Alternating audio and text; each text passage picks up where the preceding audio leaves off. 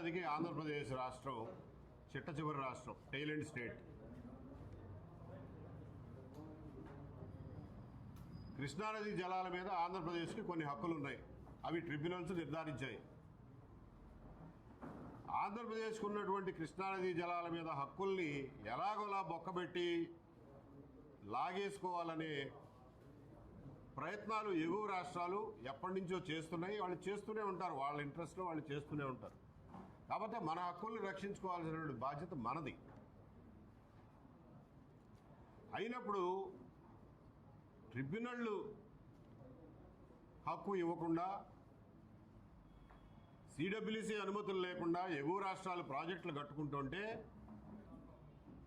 దాన్ని ప్రశ్నించాల్సిన ధర్మం, వాటిని నిలుపు చేయడానికి ప్రయత్నం చేయాల్సినటువంటి బాధ్యత ఆంధ్రప్రదేశ్ ప్రభుత్వం మీదే ఉంది. అంతే తప్ప మేము ఎవరు కట్టుకున్నా మేము అభ్యంతరం చెప్పమని చెప్పడానికి మీరెవరు? మీరు ఆంధ్రప్రదేశ్ రాష్ట్ర ప్రజల హక్కులు పరిరక్షించడం కోసం ఏర్పడిన ప్రభుత్వం ఇది. మీరు ఆంధ్రప్రదేశ్ ప్రజల హక్కులు కాపాడకుండా పై రాష్ట్రాలు ఏం చేసుకున్నా మేము అభ్యంతరం చెప్పట్లేదు అని చెప్పడం అధర్మం అవుతుంది. కాబట్టి రాజకీయాల కోసం ఏదన్నా ఒక మాట మాట్లాడే ముందు ఆంధ్రప్రదేశ్ ప్రజల నీటి హక్కుల్ని దృష్టిలో పెట్టుకోవాల్సిందిగా కోరుతున్నాను. కృష్ణా గోదావరిల మీద మనం చివరి రాష్ట్రం కాబట్టి ట్రిబ్యునళ్ల అనుమతి లేకుండా, సిడబ్ల్యూసి అనుమతి లేకుండా ఎగువ రాష్ట్రాలు కట్టే అన్ని ప్రాజెక్టులని అడ్డుకోవాల్సినటువంటి బాధ్యత ఆంధ్రప్రదేశ్ ప్రభుత్వం మీద ఉంది అని చెప్పి మరొకసారి గట్టిగా చెప్తున్నాం. ఈరోజు ఈ బనకచెర్ల ప్రాజెక్టు మీద అపోజిషన్ నుంచి ఒక్క మాట కూడా బయటికి రావడం లేదు. ఎందువలన అంటే ఈ ప్రాజెక్టు రూపొందించమన్నదే జగన్మోహన్ రెడ్డి గారు. కాబట్టి ప్రతిపక్షం ఏం మాట్లాడదు. గత ప్రభుత్వానికి ఇప్పటి ప్రభుత్వానికి అనుసంధానమైనటువంటి ఏకైక అగరబత్తి మెగా ఇంజనీరింగ్ కంపెనీ. ఎవరు మాట్లాడాలి దీని గురించి? మరి ఆంధ్రప్రదేశ్ ప్రజలకి ఈ ప్రాజెక్టు యొక్క నిజ స్వరూపాన్ని వివరించి చెప్పాల్సిన బాధ్యత ఎవరిది? ప్రజలది, ప్రజా సంఘాలదే. కాబట్టి ఆ చొరవ తీసుకుని ఆ బాధ్యతతోనే మీ ముందుకు వచ్చి ప్రజలకు ఇవన్నీ వివరిస్తున్నాం. ఇంకొక విషయం నేను మనవి చేసుకోదలుచుకున్నది ఏమిటంటే, ఏ ప్రభుత్వానికైనా ప్రజలు ఇచ్చేటటువంటి అధికారం 5 సంవత్సరాలు. 5 సంవత్సరాల పాటు మేము కట్టే పన్నులకి మీరు ట్రస్టీగా వ్యవహరించండి, ఆ డబ్బు జాగ్రత్తగా ఖర్చు పెట్టండి, ప్రజోపయోగమైనటువంటి పనులు చేయండి, రాష్ట్రము ప్రజలు అభివృద్ధి చెందే దిశగా నిర్ణయాలు తీసుకోండి అని చెప్పి మనం వాళ్ళకి ఆ ట్రస్టీషిప్ అప్పచెప్తున్నాం. ఇందులో భాగంగా రోజువారీ నిర్ణయాలు, అడ్మినిస్ట్రేటివ్ డెసిషన్స్, జీవోలు ఇచ్చుకోవడం అవి మీ ఇష్టం. ఎవరిని ఏపీపీఎస్సీ మెంబర్గా వేయాలో అలాంటివన్నీ మీరు నిర్ణయాలు తీసుకోండి, ఎవరికి అభ్యంతరం లేదు. మీకు ఇచ్చిన అధికార కాలం యొక్క పరిమితి దాటి దశాబ్దాల తరబడి, తరాల తరబడి ప్రజల మీద భారం మోపబోయే ప్రాజెక్టుల విషయంలో ఏకపక్ష నిర్ణయాలు తీసుకునే నైతిక హక్కు ఏ ప్రభుత్వానికి లేదు అని చెప్పి మనవి చేస్తున్నాం. గతంలో జగన్మోహన్ రెడ్డి గారు 25 సంవత్సరాల పాటు మద్యం మీద వచ్చే డబ్బుని తాకట్టు పెట్టి అప్పు తీసుకురావడాన్ని రాష్ట్రం మొత్తం నిరసించింది.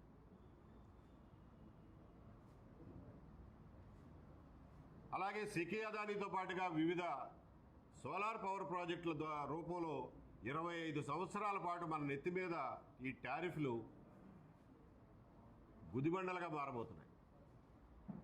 ఈ రోజున ఈ పోలవరం బనకచెర్ల ప్రాజెక్టు కూడా 80,000 కోట్లు అంటున్నారు. 1,50,000 కోట్లకు తక్కువ అవ్వదు. అది కట్టడానికి ఎన్ని దశాబ్దాలు పడుతుందో తెలియదు, ఆ తెచ్చిన డబ్బు తీర్చడానికి ఎన్ని దశాబ్దాలు పడుతుందో తెలియదు. ఇంతటి దీర్ఘకాలికమైనటువంటి ప్రాజెక్టుని అపోజిషన్ ఒక మాట మాట్లాడకుండా, ప్రజల ముందు వివరాలు ఉంచకుండా, ఒక చర్చ జరగకుండా, నీటిపారుదల సంఘం నిపుణులతో ఏమాత్రం చర్చించకుండా ఏకపక్షంగా నిర్ణయం తీసుకుని మేము అక్కడి నుంచి అనుమతులు తెస్తాం, ఇక్కడి నుంచి అనుమతులు తెస్తాం అనేది నైతికమేనా, ధర్మమేనా అని చెప్పి మరొకసారి ఆలోచించమని కోరుతున్నాం. 10-12 లక్షల కోట్ల రూపాయల ఇప్పటికే తెచ్చిన అప్పుకి వడ్డీలు కట్టడం కోసం మళ్ళా తిరిగి అప్పు తెస్తున్నటువంటి ఈ రోజుల్లో సుమారు 1,00,000 కోట్ల రూపాయలతో ప్రతిపాదించిన ప్రాజెక్టు గురించి ప్రజలకు తెలియజేయాల్సినటువంటి అవసరం లేదా? ఈ భారం ఎవరు మోయాలి అని చెప్పి మళ్ళా ఇంకొకసారి ప్రశ్నిస్తున్నాం. ఎవరైనా ఏదైనా మాట్లాడితే రాయలసీమ ప్రాజెక్టును అడ్డుకుంటావా అని చెప్పి అడిగే వాళ్ళకి మేము ఇస్తున్నటువంటి సమాధానం, ఈ రోజున రాయలసీమలో 111 టీఎంసీలు వాడుకునే బనకచర్ల క్రాస్ రెగ్యులేటర్ పూర్తి స్థాయిలో నిర్మాణమై ఉంది. హంద్రీనీవా అసంపూర్తిగా ఉంది, గాలేరు నగరి అసంపూర్తిగా ఉంది, ఎక్కడా బ్రాంచ్ కెనాల్స్ తవ్వలేదు, ఫీల్డ్ కెనాల్స్ తవ్వలేదు. కృష్ణానదిలో వచ్చిన వరద నీటు 150 టీఎంసీలు తీసుకొచ్చి పోసినా కానీ రిజర్వాయర్లు నింటమే తప్ప పొలాలు తడిసే పరిస్థితి లేదు. ఎందుకంటే మీరు కాలువలు కట్టలా. ఇంకా మీరు నిజంగా డబ్బు మొబిలైజ్ చేయగలం, కేంద్ర ప్రభుత్వం నుంచి డబ్బు తీసుకురాగలం, ఒక ఈఏపీ ప్రాజెక్టు రూపంలో వరల్డ్ బ్యాంక్ నుంచో ఇంకొక చోట నుంచో ఎక్స్టర్నల్లీ ఎయిడెడ్ ప్రాజెక్ట్ తీసుకురాగలం, డబ్బు తీసుకురాగలం అనుకుంటే రాయలసీమలో అసంపూర్తిగా ఉన్నటువంటి ఈ ప్రాజెక్టుని పూర్తి చేయండి. ముందు వెనుకబడిన రాయలసీమ పేరు చెప్పి ఆ డబ్బు తీసుకురండి, లోన్లు తీసుకురండి. రాయలసీమ ప్రాజెక్టుల్ని ఆఖరి ఎకరం తడిచేదాకా ఉన్న సదుపాయాలను ఉపయోగించుకునే పరిస్థితి ముందు కలగజేయండి. చెయ్యేరు నది మీద అన్నమయ్య డ్యామ్ కొట్టుకుపోయింది, దాన్ని పునర్నిర్మించుకోవాలి.